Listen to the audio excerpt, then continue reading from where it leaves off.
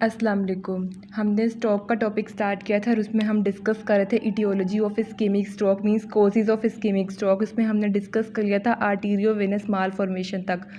आज हम बात करेंगे अब सबसे पहले हम बात करते हैं सेरेब्रल थ्रोम्बोसिस की। ठीक है, सेरेब्रल थ्रोम्बोसिस थ्रोम्बस फॉर्मेशन एक ही चीज़ है, मतलब मींस कि ये लीड कर रही होती है टुवर्ड्स आर्थीरियोस्क्लेरोसिस। ठीक है, अच्छा सेरेब्रल थ्रोम्बोसिस जो है, जो भी पीछे भी हमने बात की है कि सेरेब्रल ब्रेन के अंदर क्लोट फार्मेशन होती है। ठीक है, क्लोट फार्मेशन होगी तो क्या होगा, वही सारा प्रोसेस होता है इसके अंदर। नेक्स्ट के क्या होगा कि इस्कीमिया, क्लोट फार्मेशन से ब्लड सप्लाई रुक गई, इस्कीमिया, इन्फाक्शन और फिर नेक्रोसिस। ठीक है, तो सेरेब्रल इस्कीमिया या सेरेब्रल थ्रोम्बोसिस ही आगे लीड कर रहा होता है टुवर्ड्स सेरेब्रल इन्फाक्शन। ठीक है, सेरेब्रल इन्फेक्शन में क्या होता है कि पहले इस्कीमिया होगा, फिर वो आपको इन्फेक्शन कॉज करेगा, फिर वो आगे ट्रांसफ़र हो जाएगा नेक्रोसिस में। नेक्रोसिस के बाद क्या हो जाएगी, डेथ हो जाएगी उस सेल की या उस पार्ट की। ठीक है, अच्छा अब होता क्या है, थोड़ा सा डिटेल में पढ़ लेते हैं कि जो इस्कीमिया है, किसी भी जगह पे ब्लड सप्लाई रुकी तो पहला प्रोसेस वहाँ पे क्या होगा, इस्कीमिया।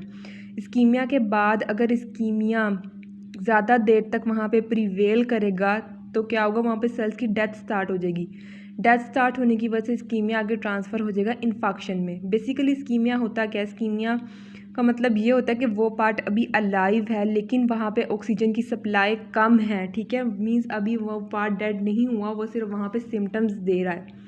ठीक है, उसके बाद क्या होगा कि जब ये इन्फेक्शन के बाद बिल्कुल ही एंड हो जाती है। ठीक है, और फिर वो मूव कर जाता है टुवर्ड नेक्रोसिस। नेक्रोसिस का प्रोसेस स्टार्ट हो जाता है, पहले थ्रोम्बस, फिर क्या हुआ, इस्कीमिया, फिर इन्फेक्शन। ठीक है, आपके हार्ट में भी जो मायोकार्डियल इन्फेक्शन भी सेम प्रोसेस के थ्रू हो रहा होता है। ठीक है, कोरोनरी आर्टरी की वजह से ब्लॉकिंग हुई, फिर इस्कीमिया हो गया। ठीक है, इस्कीमिया की वजह से इन्फेक्शन। इस्कीमिया वाला टाइम जो है ना वो बंदे को बचा लेता है एक तरह से। ठीक है, और फिर उसके बाद क्या हुआ, उस एरिया को दोबारा से इन्फेक्शन के बाद उस एरिया को दोबारा से रिवाइव नहीं किया जा सकता। ठीक है, और फिर वो आगे एरिया की डेथ और निक्रोसिस वगैरह का प्रोसेस हो जाता है। ये सेरेब्रल थ्रोम्बोसिस और सेरेब्रल इन्फेक्शन में सेम ये प्रोसेस चल रहा होता है दोनों का। ठीक है, इसके बाद हम बात कर लेते हैं सेरेब्रल एम्बोलिज्म की। एम्बोलिज्म मैंने पहले भी आपको बताया कि जो ब्रेन के अंदर थ्रोम्बस फॉर्मेशन होती है उसे हम थ्रोम्बस कहते हैं, और एम्बोला वो होता है जो डिवेलप कहीं और होता है, वहाँ से डिसलॉज होकर ब्रेन में आता है। ठीक है, तो कैरोटिड आर्टरी में या हार्ट की वेसल में थ्रोम्बस बना और वो वहाँ स्ट्रक हो जाए। ठीक है, या डिसलॉज हो जाए, उसमें भी आगे सेम यही प्रोसेस हो रहा होता है कि आपकी ब्लड सप्लाई कम हो जाएगी, फिर इस्कीमिया होगा, फिर इन्फेक्शन होगा, फिर नेक्रोसिस होगी और फिर एरिया की डेथ हो जाएगी। इन सब में सेम यही प्रोसेस हो रहा होता है। नेक्स्ट हम बात कर लेते हैं एटियोलॉजी ऑफ हेमरेजिक स्ट्रोक। इसकी हमने पहले भी डिस्कस किया था कि ये 20% सिनेरियोज़ में हमें मिल रहा होता है, जबकि इस्कीमिक स्ट्रोक हमें 80% सिनेरियोज़ में मिल रहा था। ठीक है, इसमें दो तरह के हमने पढ़े हैं हेमरेज। एक होता है इंट्रासेरिब्रल और दूसरा है एक्स्ट्रा सेरिब्रल। अच्छा, इसको हम जो एक्स्ट्रा सेरिब्रल है, इंट्रा सेरिब्रल मीन्स जो सेरिब्रम के अंदर है, इंट्रा से पचा, और एक्स्ट्रा सेरिब्रल मीन्स जो सेरिब्रल के बाहर है। एक्स्ट्रा सेरिब्रल को हम एक्स्ट्रा वैस्कुलर भी बोलते हैं, सब एरेक्नोइड भी बोलते हैं और ड्यूरल हेमरेज भी बोलते हैं। ये सारे एक्स्ट्रा सेरिब्रल हेमरेज के नेम्स हैं। ठीक है, अब हेमरेज किस तरह इफेक्ट डाल रहा होता है, दो तरह से हेमरेज इफेक्ट डाल रहा होता है। या तो हमारी वेसल्स रप्चर करेंगी, रप्चर क्यों करेंगी, ब्लड प्रेशर रेज होने की वजह से। ठीक है, जब इंट्रावेस्कुलर हेमरेज किस तरह आएगा कि आपका ब्लड प्रेशर रेज हुआ। ठीक है, वहाँ पे जो सर्कल ऑफ विलस की जो आर्टरीज़ हैं उनका वहाँ पे वेस्कुलर का इंट्रा सेरेब्रल हेमरेज होगा ब्लड प्रेशर रेज होने की वजह से। ब्लड प्रेशर रेज होने की वजह से यहाँ पे वेसल रप्चर होगी और रप्चर होने की वजह से पेशेंट को क्या होगा, हेमरेजिक स्ट्रोक होगा। दूसरा यहाँ पे जो रीज़न आ रही होती है डैट इज़ एक्सटर्नल हेमरेज। ठीक है, ये जो हमने रीज़न की बात की रप्चर ऑफ वेसल्स, ये इंट्रा सेरिब्रल की। अब एक्स्ट्रा सेरिब्रल की हम बात करते हैं कि उसमें क्या होता है। उसमें ये होता है कि कोई भी चोट लगी है आपको, जो बाहर वाली सराउंडिंग आर्टरीज़ हैं। ठीक है, पेशेंट को कोई भी चोट लगी, जो हमारी बाहर वाली सराउंडिंग आर्टरीज़ हैं उनमें क्या होता है कि ब्लड की अक्यूमुलेशन स्टार्ट हो गई है। ठीक है, ब्लड की अक्यूमुलेशन स्टार्ट हो गई है तो क्या होगा कि आपका स्कल है और ब्रेन है। ठीक है, जब वहाँ पे चोट लगी है, ठीक है, और दरमियान में ब्लड एक्यूमुलेट होगा, तो ब्लड एक्यूमुलेट होगा तो वो वहाँ पे क्या एग्जर्ट करेगा, प्रेशर एग्जर्ट करेगा, वहाँ पे प्रेशर ज़्यादा होगा। क्या होगा कि जो ब्रेन के सारे स्ट्रक्चर्स हैं वो कंप्रेस होंगे, उन पे प्रेशर आएगा और वो अपोजिट साइड को ट्रांसफ़र हो जाएंगे। ठीक है, उसकी वजह से जो है वो फिर स्ट्रोक आता है। लाजमी बात है, जब प्रेशर आएगा तो ब्रेन के सारे स्ट्रक्चर्स कंप्रेस होंगे, उनके दरमियान वेसल्स कंप्रेस होंगी, ब्लड सप्लाई कम होगी, इस्कीमिया होगा और आगे सारा वही प्रोसेस चलेगा, इन्फाक्शन, नेक्रोसिस एंड डेथ। अच्छा, ये जो एक्स्ट्रा वेस्कुलर या एक्स्ट्रा सेरिब्रल हैमरेज होता है ना, ये ट्रोमेटिक होता है, किसी ट्रोमा की वजह से होता है। हमने भी पढ़ा ना, पेशेंट को चोट वगैरह लगी तो, ठीक है। और जो इंट्रा सेरिब्रल होता है ये नॉन ट्रोमेटिक होता है, ये किसी चोट की वजह से नहीं होता। हमने यहाँ पे पढ़ा कि यहाँ पे क्यों हो रहा था, ब्लड प्रेशर रेज होने की वजह से वेसल रप्चर हो गई थी। ठीक है, कोई चोट वगैरह नहीं लगी थी पेशेंट को। नेक्स्ट हम बात कर लेते हैं डायग्नोसिस की इस्कीमिक और हेमरेजिक स्ट्रोक की, कि सीटी स्कैन के ऊपर हम किस तरह रिकॉग्नाइज कर सकते हैं कि whether it is ischaemic stroke और हेमरेजिक स्ट्रोक। इस्कीमिक स्ट्रोक में क्या होता है, इस्कीमिक स्ट्रोक में हमें पता है कि इसमें क्लोट की वजह से एरिया जो है वो ब्राइट या वाइट शो हो रहा होता है। ठीक है, क्लोट की वजह से एरिया ब्राइट या वाइट शो हो रहा होता है।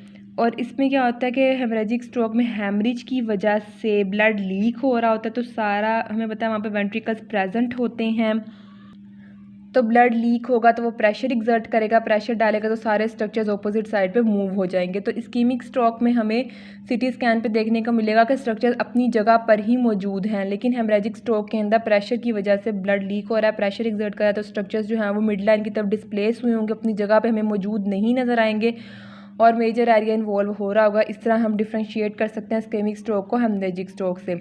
नेक्स्ट हम बात कर लेते हैं सब एरेक्नोइड हैमरेज की। सब एरेक्नोइड हैमरेज, सबसे पहले सब एरेक्नोइड स्पेस होती क्या है, ब्रेन की 3 मेनिंजेस होती हैं, dura mater, pia mater and arachnoid mater. तो space between arachnoid and pia mater is called as a sub arachnoid space.